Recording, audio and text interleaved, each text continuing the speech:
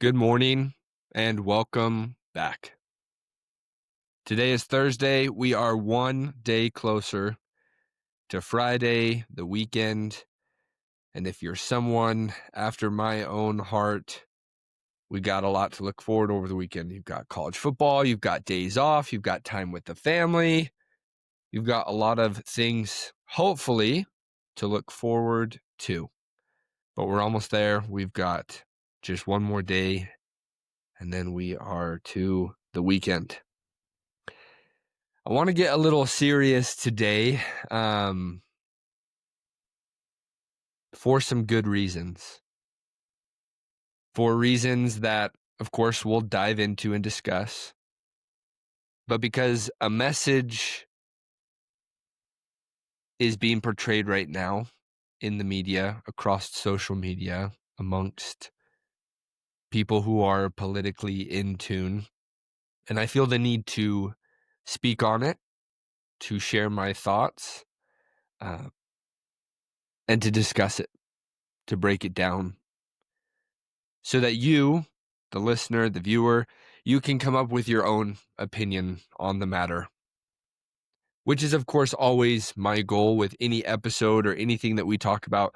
Present you with the facts, the figures, to break it down for you so it's easy to digest, but to then share my opinion. And in no way, shape, or form is my goal to influence yours. It's never been my goal. It will never be my goal. My goal, though, is to share with you my thoughts and my opinion so that it helps you to better form your own. So with that, we've got a lot to discuss. We're going to dive right into it. So let's get started. I'm Bryce Wheeler, and this is We the Future. Welcome back. Let's go.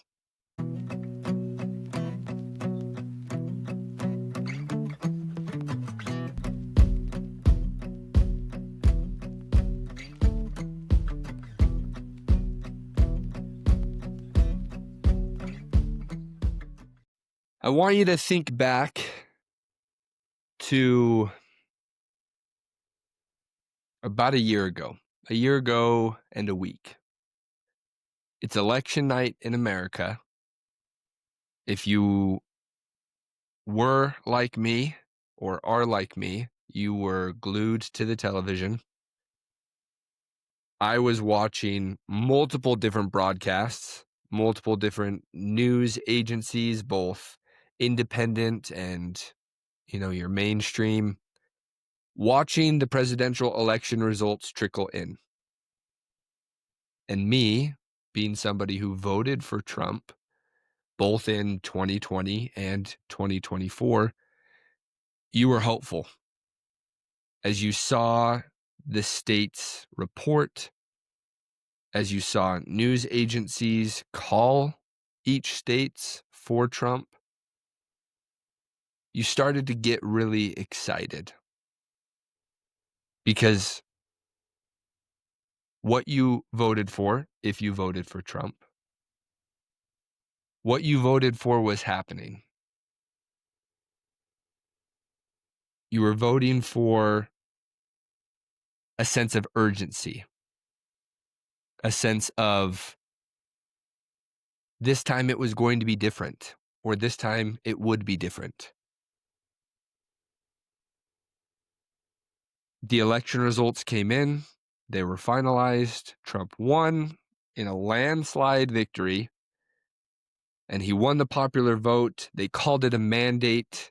He had all of these things that he ran on that he promised to do starting day one in office. He said things like he was going to give illegal immigrants 50 days to leave the country or else he was coming after them.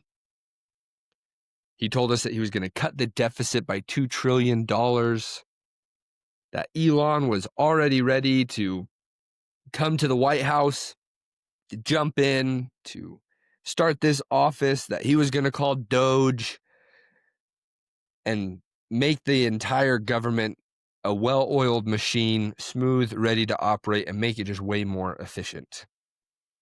He was going to eliminate the Department of Education. He was going to deport millions of illegal immigrants that flooded the country during the previous administration. He was going to end the war in Ukraine in less than 24 hours. I want you to remember all of that.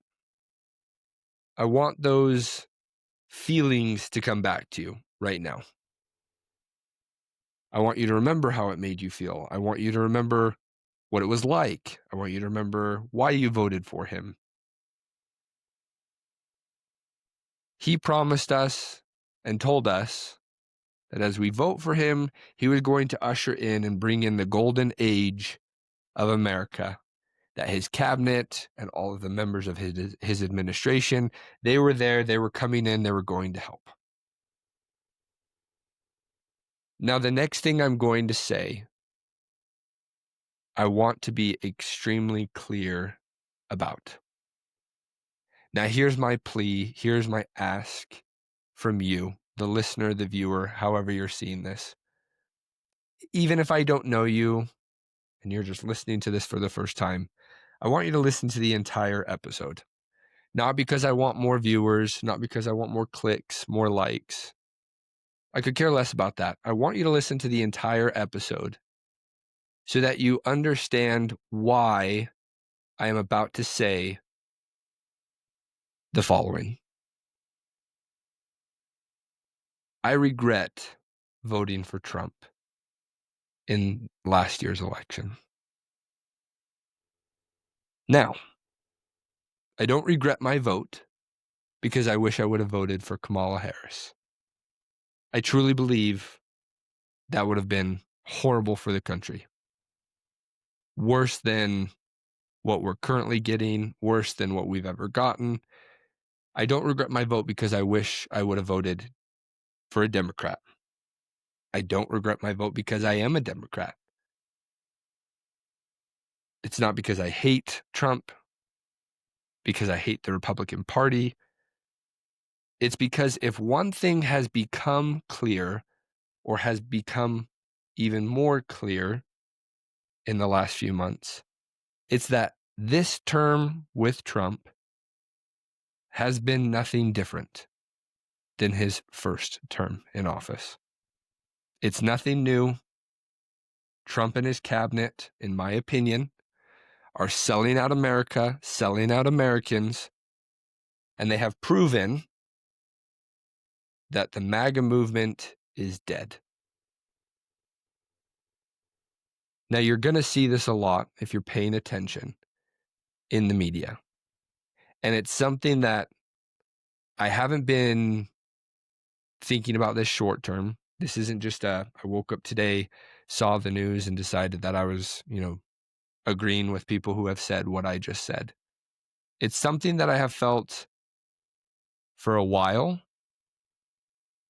Now, to be fair, Trump's only been in office since January of this year.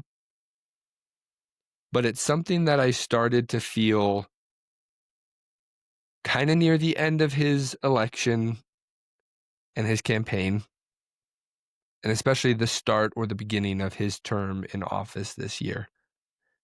And even more so recently with the death of and the assassination of Charlie Kirk. And what's come to light in the media and what hasn't been fulfilled in terms of promises. Now I know, and I'm fine with this, that there's going to be somebody or multiple people who don't like my take, don't like my opinion, who comment that, yeah, sure, okay, you can call me a Democrat. You can say that I'm abandoning the movement of MAGA. You can say whatever you want. But keep in mind, my ask of you is just to hear me out. Let me present why I feel like the MAGA movement is dead. Let me present why I feel like that's the reality that we are living in. Let me present to you what I feel is the solution. And if you listen to me all the way through and you still don't agree with me, that's fine. My goal isn't to persuade you to agree with me. If this show was listened to by 50, 100, 5,000 people and every single one of you agreed with me, we wouldn't really have a lot to discuss And I would like to have discussions where we disagree with each other. I feel like that is exactly what this country needs most in order to heal and come together to ultimately put the MAGA goal of making America great again. That's what we need. So with that, here's why I feel the MAGA movement is dead. We have seen Trump promise things during his campaign that he has completely done a 180 on, reversed, retracted, completely taken a different stance, and some of them completely just try to bury and mislead and even gaslight us, the American people, on. For example, the Epstein files. We were told throughout the entire campaign that Trump, when he got into office, was going to put in Kash Patel and Dan Bongino to completely overhaul the FBI and be able to release the Epstein files so that we could have proof and we could hold all of these corrupt politicians, actors, athletes, business men, women, all these people who were a part of that horrible, horrible group of people that were affiliated with Epstein, that he was going to release the files so that we could hold everybody accountable.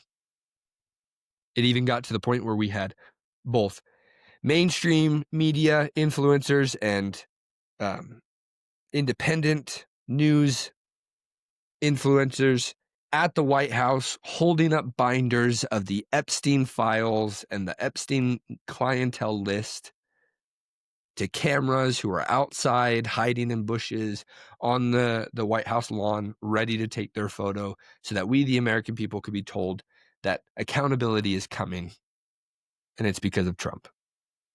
And then if you paid attention to it, you fast forward a couple of weeks, we were told by Pam Bondi that the Epstein list was on her desk ready to be reviewed, and then it never existed.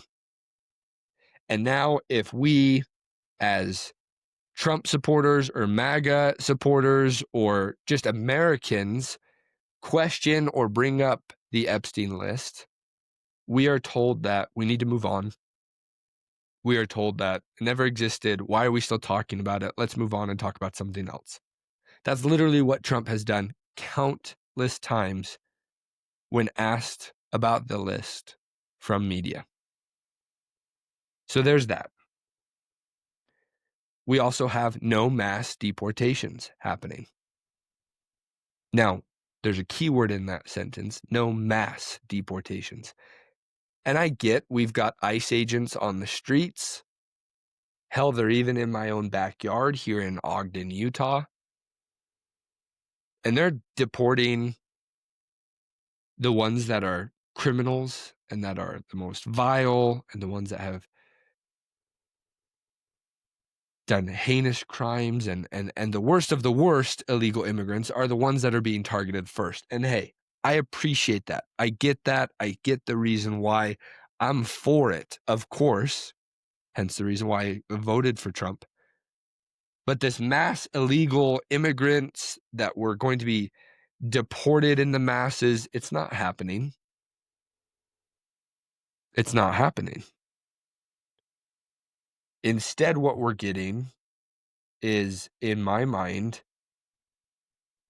I'm not going to say smoke and mirrors, but it's basically just dangling a piece of something in front of our face so that we can see the singular piece of candy and forget that we were promised a whole piñata, for lack of better terminology, but you get the sentiment. Instead, what we're getting right now, especially as of recently, we're getting Trump and politicians that are bowing down to the needs of Israel, that are starting wars in new places, continuing wars in other places, who are fighting on behalf of other countries, who are shutting down our own government to fulfill their corrupt, twisted agenda. That's what we're getting. So the case that I'll present is one that, in my opinion, shines the light on why I feel the MAGA movement is dead. Now I get, and there's going to be somebody that says it, and they're going to be right, so I'll say it right now before you do. We still have 3 years left in this administration and in this term from Trump. I get that. A lot can happen in 3 years. But if what I'm about to talk about is what we've seen, not even in the first year, to me, the writing's on the wall. The next 3 years aren't going to be any different. If it sucks for the first year, it's probably going to suck for the next 3 years. It's probably not going to get better. Now, I know there's the whole, phrase, it's always going to get worse before it gets better. When it comes to politics, it's usually not the case. It may be the case for pistachio ice cream. After the first few bites, you don't like it, but then you get to the point where you do like it, and now it's your favorite ice cream, and you're wondering why you feel like you're well into your 60s liking pistachio ice cream. Now, I get that. But when it comes to politics, usually if it sucks, it's going to suck for a while. Usually if it's not getting better, it's probably never going to get better. But let's talk about how we got here. Okay, let's try to be a little bit the glass is half full before we're a little more. The glass is half empty. We were promised by Trump that if we voted for him this term, for some people, if we voted for him a third time, that we would be able to help Trump usher in and bring in the golden age of America, the golden age of the American dream. So you remember all of that, and now I want to bring in what happened recently with an interview between Trump and Fox News' Laura Ingraham. Now, this interview comes a week after Republicans lose the midterms. We lose the governor race in Virginia by double digits.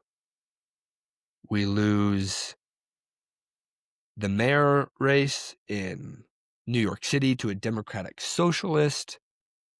In Virginia, they voted in a Democrat as their new attorney general, who literally and openly was on record saying that he wanted to kill Republicans to watch their children die. So this is a time where Trump can really just prove to us, show us, and just test him on how well is he doing? How's it going? Let's have this interview. Let's sit down. Let's discuss. Let's reassure the American people. But that doesn't happen. Now, why did those politicians win in the midterms? Well, it's because, in my opinion, it's because of the shutdown. Because in the states like Virginia, it affects quite a lot of people, especially up north, because they either work for the government or they're contracted by the government. And so they're out of job because of the shutdown, which Democrat officials did on purpose for a various number of reasons that we could get into, but we already have, so I'll divulge. I digress. I think it's also because people just have a feeling that something isn't right. Something's not sitting right to the American people. And so that's why we lost some of those really key, important elections that, me and countless other people wish we would have won. But I feel that people just are looking at things, especially the economy, and going, something doesn't pass the sniff test. It's not really giving off the vibes that things are going well. Prices still remain high. Homeowners insurance is high. Health insurance is high. And although inflation is pretty stable right now, it's still too high. So are interest rates. The job market is bad. Americans are suffering because of it. Credit card debt is extremely high. Wealth is down. It's just an overall tough situation for Americans to be in. So you fast forward to the interview with Laura Ingraham. Trump's given the floor to ease our fears and concerns, to set records straight, to prove to us that things are actually going well, to kind of, rest assured, we got this, we got you, the American people, go America, MAGA, right? And what does he do? Well, this is what he does. I want to watch this video. So this is what Trump does during the interview with Laura Ingraham. MAGA folks are not thrilled about this idea of hundreds of thousands of foreign students in the United States. We have about 350,000 Chinese. One point during COVID, you were going to, push to, get them out, but that was pulled back. You've said as many as 600,000 Chinese students could come to the United States. Why, sir, is that a pro-MAGA position when so many American kids want to go to school and there are places not for them, and these universities are getting rich off Chinese money? Sure. Never said about China, but we do have a lot of people coming in from China. We always have, China and other countries. We also have a massive system of colleges and universities. And if we were to cut that in half, which perhaps makes some people happy, you would have half the colleges in the United States go out of business. So what? Well, I think that's a big deal. Are they fans You would of, have the fans of the United States? Yeah, but you would have, as you know, historically, black colleges and universities would all be out of business. You would have a system of colleges and universities would So go we're down the dependent on tubes. China to keep No, our university not China, system but going? I think it's good to have, I actually think it's good to have outside countries. Look, So in the interview, he's asked, because if you didn't know this, I'll backtrack and kind of shed some light on it. Trump, during his campaign, wanted to cut the number of students from foreign countries that are attending college and universities here in America in half. He eventually got to the point where he said he just wants to ban all of the Chinese students from coming to school here for a reason, because, this was part of the trade war that we were having with China. And so Laura asks him, what does he actually think about the Chinese students? And he says that instead of banning them like he did before, or that he promised he was going to do, or that he wanted to do, he does a complete 180 and says we are going to allow now twice as many Chinese college students to come to America to study. He claims that it's vital that we have them come to the school, come to the universities here to keep them alive and to keep them in business. Now, I want to focus on something specific that he said, and then, of course, explain and talk about it all. He says in there that he could do that, and he says perhaps to make some people happy. Who are those people that he's referring to? Well, it's his voters. It's me. It might be you if you voted for him. Those are the people that he's referring to. Those are the people that when he says, well, perhaps it might make some people happy. Yeah, I think it would. I think if you won the popular vote, and that was one of the things that you were running on, and one of the things that people voted for because they supported when you said you were going to do that, I think that's probably something that you should do. Now, I'm not anti-foreigners coming to America to study. What I am, though, anti is not putting American students first. And this is what it boils down to. Trump says he looks at colleges and universities, he looks at it like a business, that we need Chinese money. We need foreign students' money to fund and keep these universities alive and in business, because if we cut the number of foreign students and didn't allow them to come here, we would see a lot of these universities go out of business. I don't think that's the case. I don't think that's true.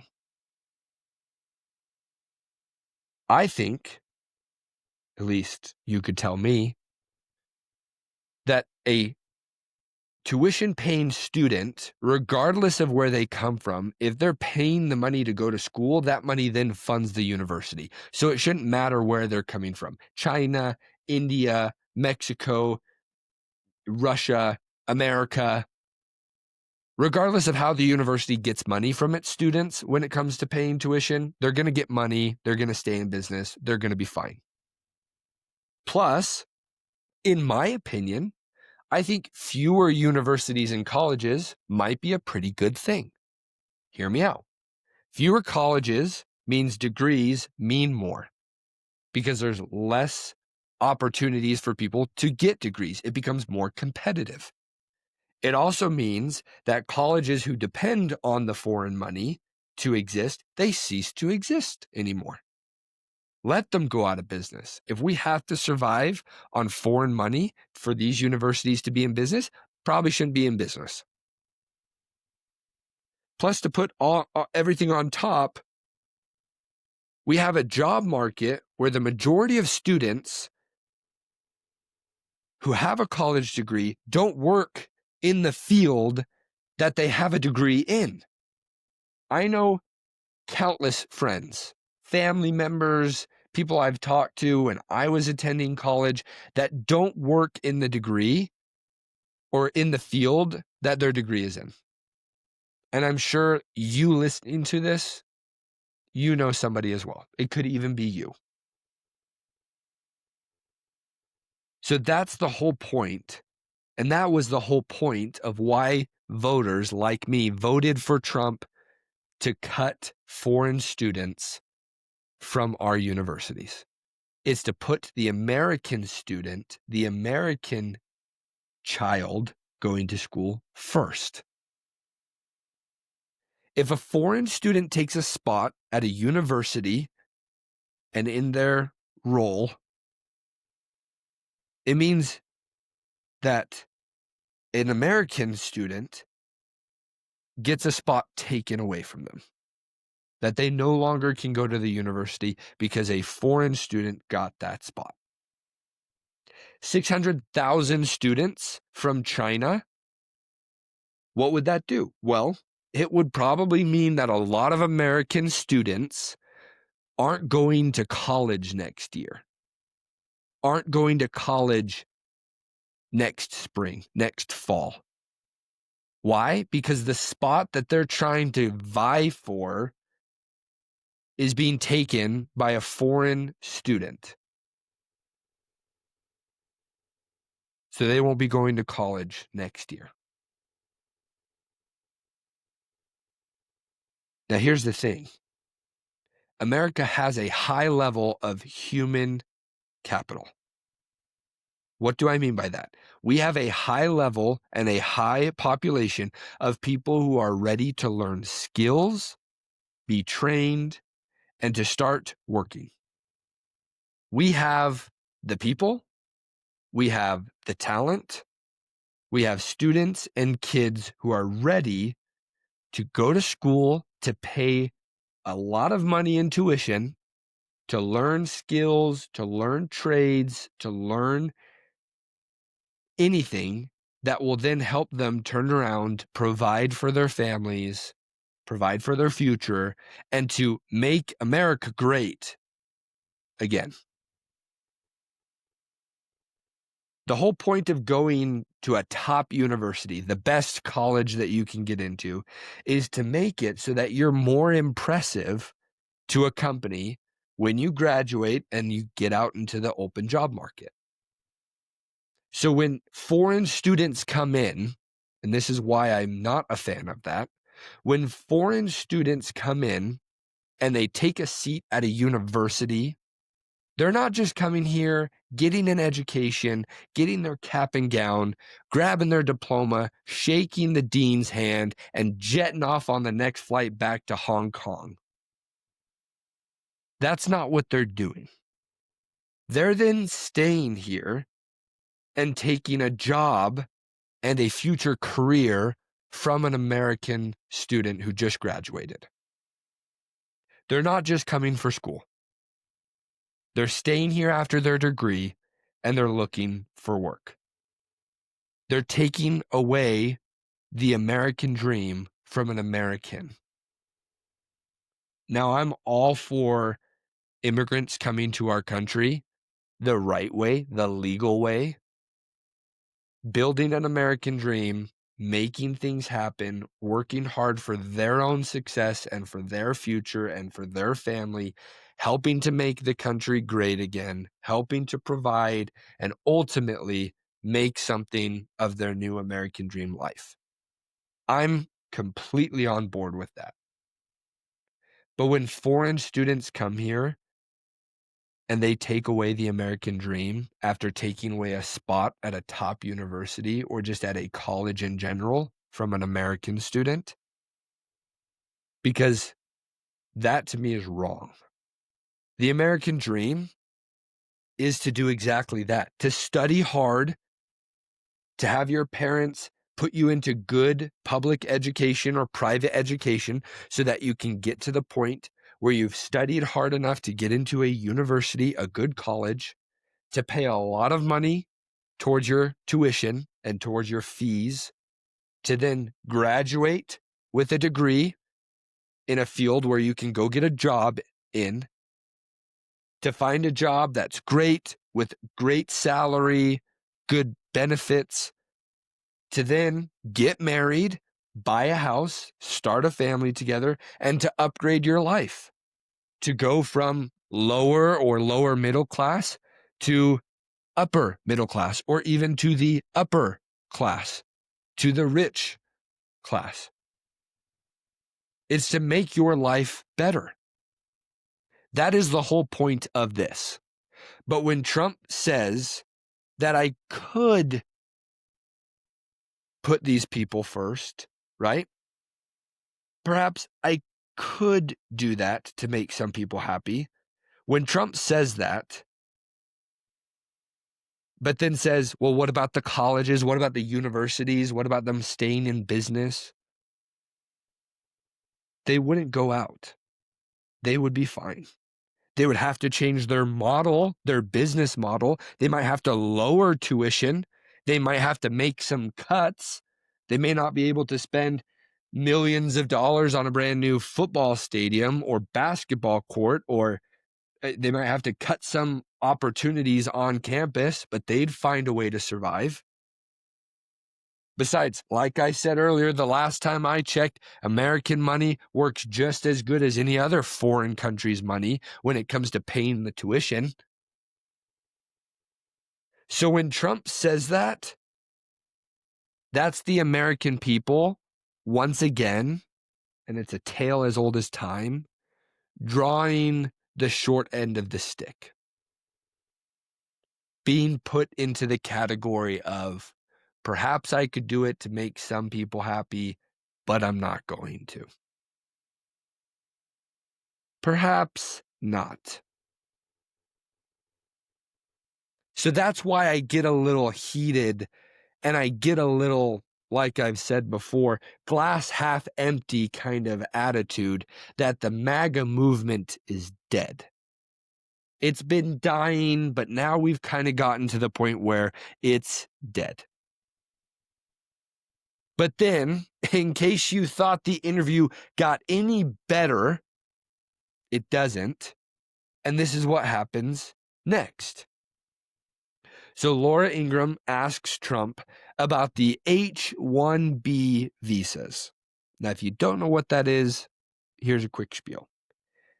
They come from the 1990 Immigration Act, and the whole goal of the H-1B visas was to find ways to fill jobs that require specialized skills where employers couldn't find Americans to do. So the employer needs somebody with high level of specific skills. Not many Americans can do it. What do? We offer a visa program for foreigners to come to our country, gain the skills, gain the knowledge, then be able to work for that employer and be able to have the opportunity to stay here in America. But now what's happened is it's turned into something that completely doesn't benefit Americans at all. Now what happens is employers use it for cheap labor by forcing Americans to train and help catch up to speed immigrants who then get fired, and the immigrant stays on at the company because they now know the skills, they've now learned the specialized things that they need to perform this job. And then the employer wins because that employee who's from a foreign country relies on that job to stay in America. So what does the employer do? Well, he maybe cuts the wage or the salary in half or by a substantial amount. Maybe he doesn't give as good benefits to that employee. Because why? Well, that employee needs that job to stay in America, or else they're going back to India, back to South Korea, back to China because they no longer have the ability to work. So Laura Ingraham, in the interview with Trump, asks him about his plans for the H-1B visas, and this is his response.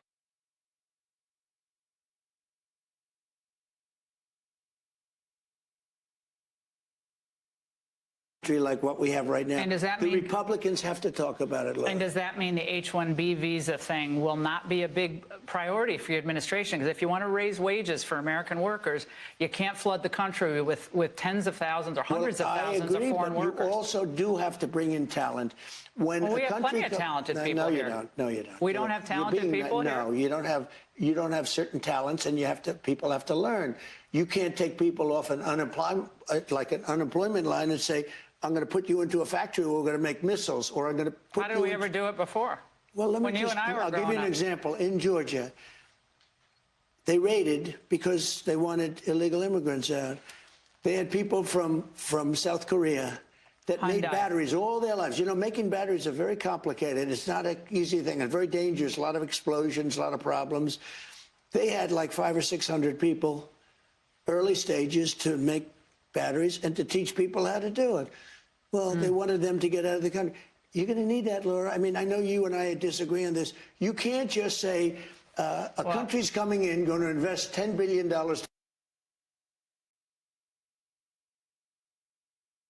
Did you catch it? Did you miss it?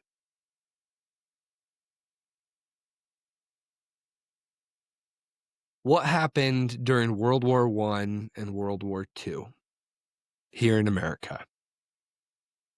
When it came to manufacturing and the development and the production line of producing anything for the war, for Americans here at home, what happened? Well, you had Americans here at home that didn't have the skills necessarily at the time step up.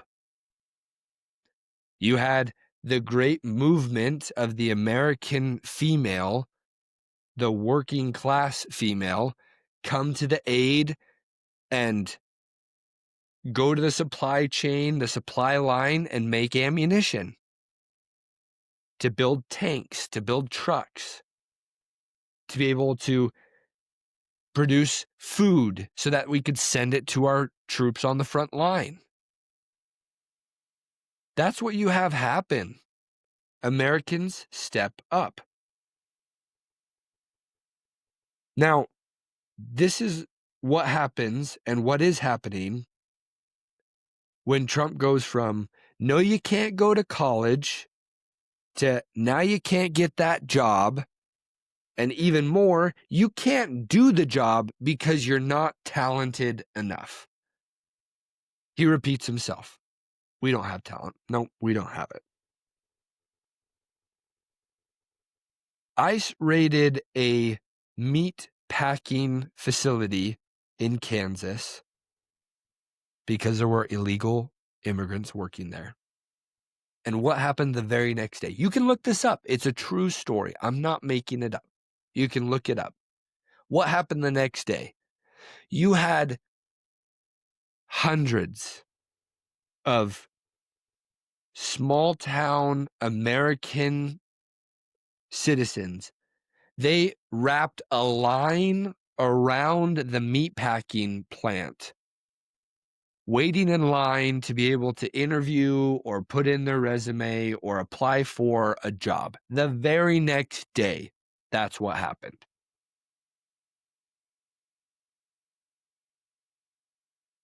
Of course, in my opinion, Americans want jobs. If we've seen anything in the last couple of weeks with the government shutdown and how many Americans we have living off of the government, we need jobs right now. Now, sometimes we get told, well, Americans are too lazy to do the poor man's jobs, like picking the crops or cleaning hotels or being in the food service industry. Those are jobs we don't want to do. So therefore, it's probably good that we have a few illegal immigrants from various southern countries to be able to fulfill those jobs. But then on the flip side, we also get told by Trump in this interview, well, we got to bring in some foreigners that are a little smarter and talented than the American citizens because they, the American citizens, can't really perform or execute or complete the highly sophisticated jobs that are needed. So we'll just bring in the talent. We'll just outsource that. We'll just find it from somewhere else. Both of those things aren't true. They're not. Americans, in my opinion, aren't afraid to work. There may be some who are. That's a different discussion for a different day. Americans will rise to the occasion, will stand up and will gladly, those who need jobs, gladly take an opportunity to work. Especially in this economy, yeah, they'll work.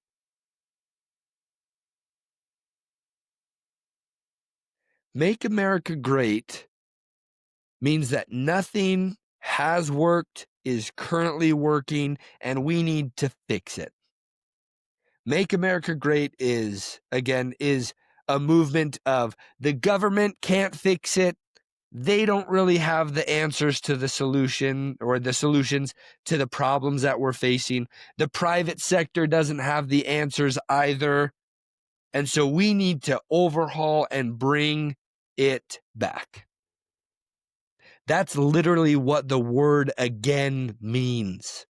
Means to repeat it, to do something for a second, third, fourth time.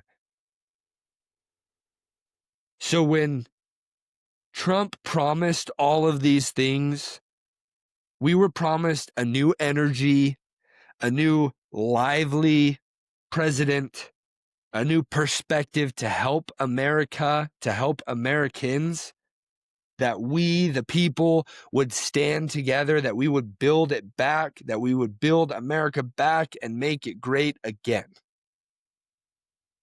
But now we're being told by that same president who promised all of those things, we're being told, well, he can't do it.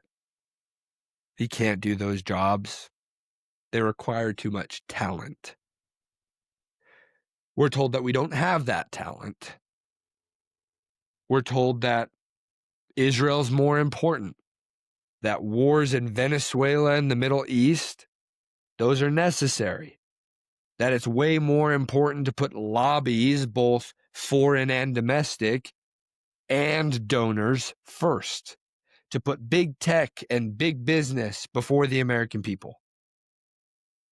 Now, you have to understand why this has happened and will always continue to happen. It's because of donors. When Trump first started his campaign back in 2015, he funded it himself. It was a small group of people working with Trump, and he mainly started his campaign and continued growing his campaign through Twitter. And it was an energetic and lively time because Trump was different, right? He was exciting. He was ready to take it on. And to me, even though I didn't vote for him in 2016, mainly because I wasn't in the country at the time,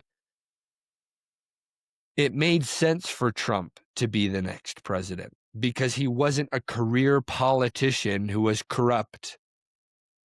He was somebody that was looking at America like a business. I remember talking about that perspective with my dad multiple times. Because Trump's a businessman. America is in its own way a business. It needs to be run properly, and it needs somebody with great experience, and Trump has got that. But then donors get involved. And in my opinion, they poison and they continue to poison the well. That Trump's plan in 2016 during his first term to go to Washington, D.C. and to drain the swamp didn't really happen. It didn't happen then. And so he promised the same similar things in 2020. The election got stolen from him. We then got 4 years of Biden/Obama in the basement/Kamala Harris leading the country into a horrible direction. And then we were re-promised by Trump that if we vote him in a second time, if we vote for him a third time, all of those promises will be fulfilled. We have to remember what our goal is.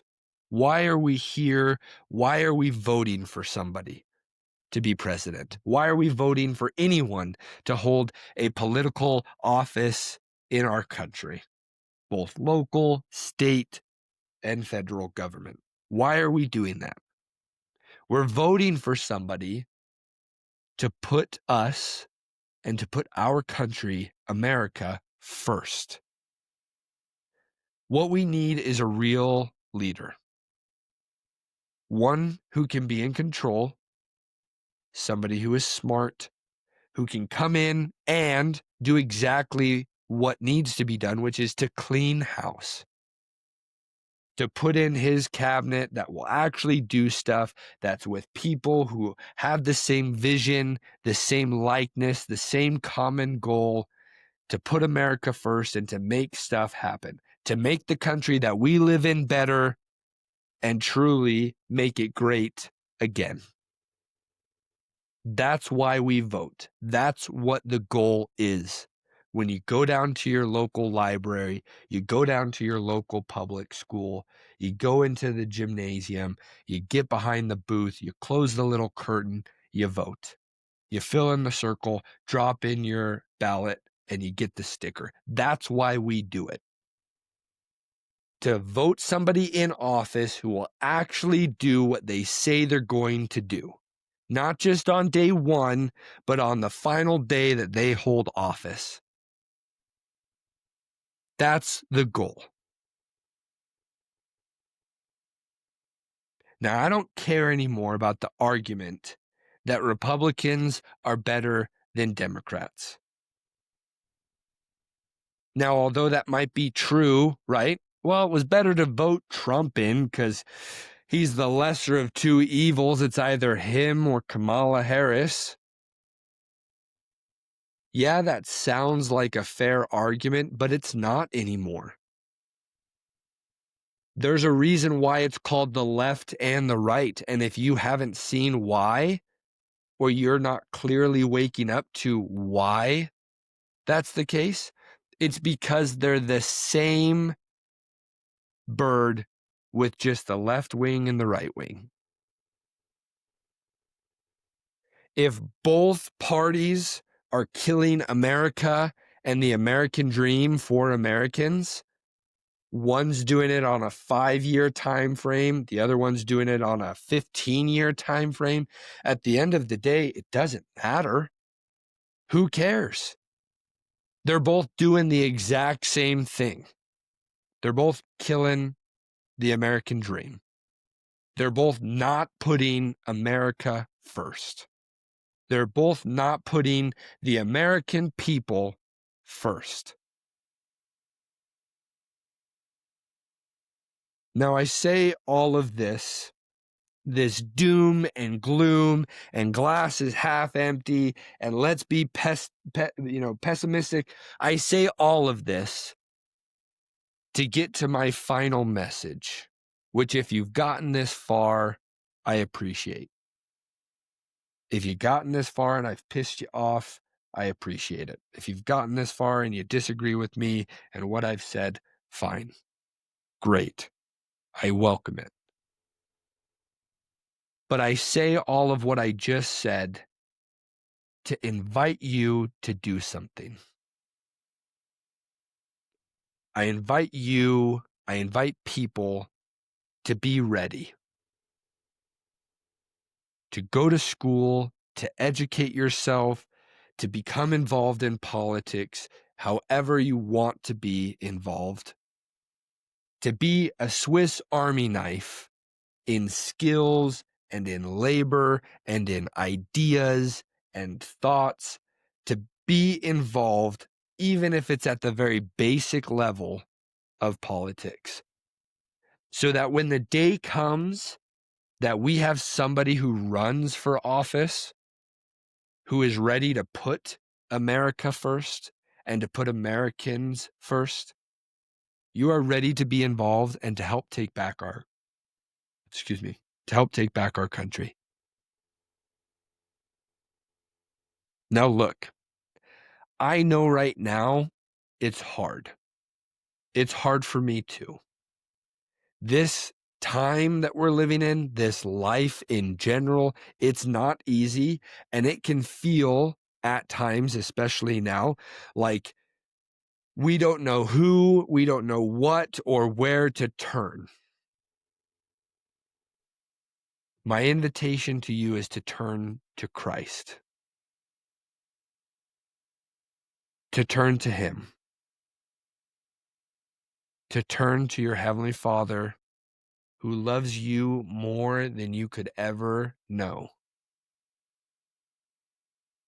to turn to your Savior, to give your life to Him, to accept Him, and to not give up. Don't ever give up. Don't quit, no matter what.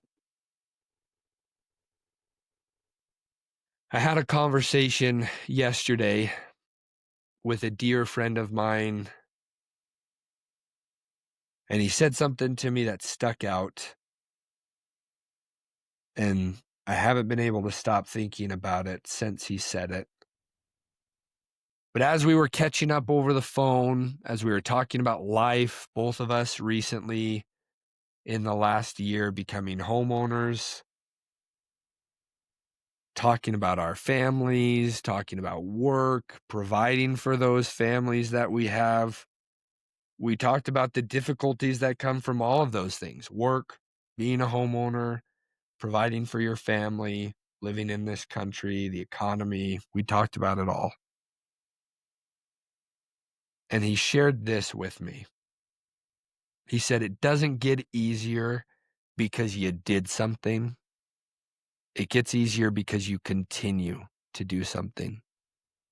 And that's my invitation to you. To continue to do it. Continue to show up for you, for your family, for your future family. Continue to be a voice for truth. Be a light, as we're challenged in the Bible to be both salt and light, to not just change your environment, but to completely make it better, to not just be in the world, but to make something of your time in this world, to be a safeguard, a lighthouse, a safety for those in your life, to be involved, even if it's just at the smallest level, to be awake to what's going on. You can't live in this world and not be aware of what's happening politically. I think the time and age that you could be living a life where you're kind of naive, where you just tune it all out, I think that's behind us and it's past us. And I think that the people, us who are here on earth right now, who are here in America right now, we're here for the reason of we're supposed to be involved. We live in an age where there's so many distractions, so many things that can catch our attention, that can consume our lives, that can distract us from what's actually good and beneficial. And I'm the first to raise my hand and say, I fall victim to those same distractions. I'm not perfect. But what's important is that you educate yourself. What's important is that you don't give up. It's important that you continue to show up. You continue to do those things that will improve your life, that will make your future family, your current family, or your future self amazingly, incredibly grateful.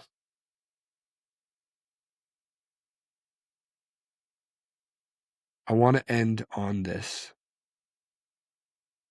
And of course, I'll share a few final thoughts. This is a post on social media that I saw. So I'm going to read it as if it's my own, but it's not. It's written by somebody who I follow. His name is James Owen. And he says the following: ever since Charlie was murdered, a veil tore in this nation. Heaven started appointing men and women the world never expected. And hell began assigning demons the church was never prepared to confront. Two kingdoms moved at once, one in glory, one in rage. You can feel it in the air, the trembling, the pressure, the tightening of the times. This isn't political tension, it's prophetic contraction. A nation groaning because something is being born. In my spirit, I know this. The years ahead will carry the greatest culture shift America has ever seen. Not a whisper, not a wave, a reckoning. Truth rising, lies collapsing, altars breaking, hearts dividing.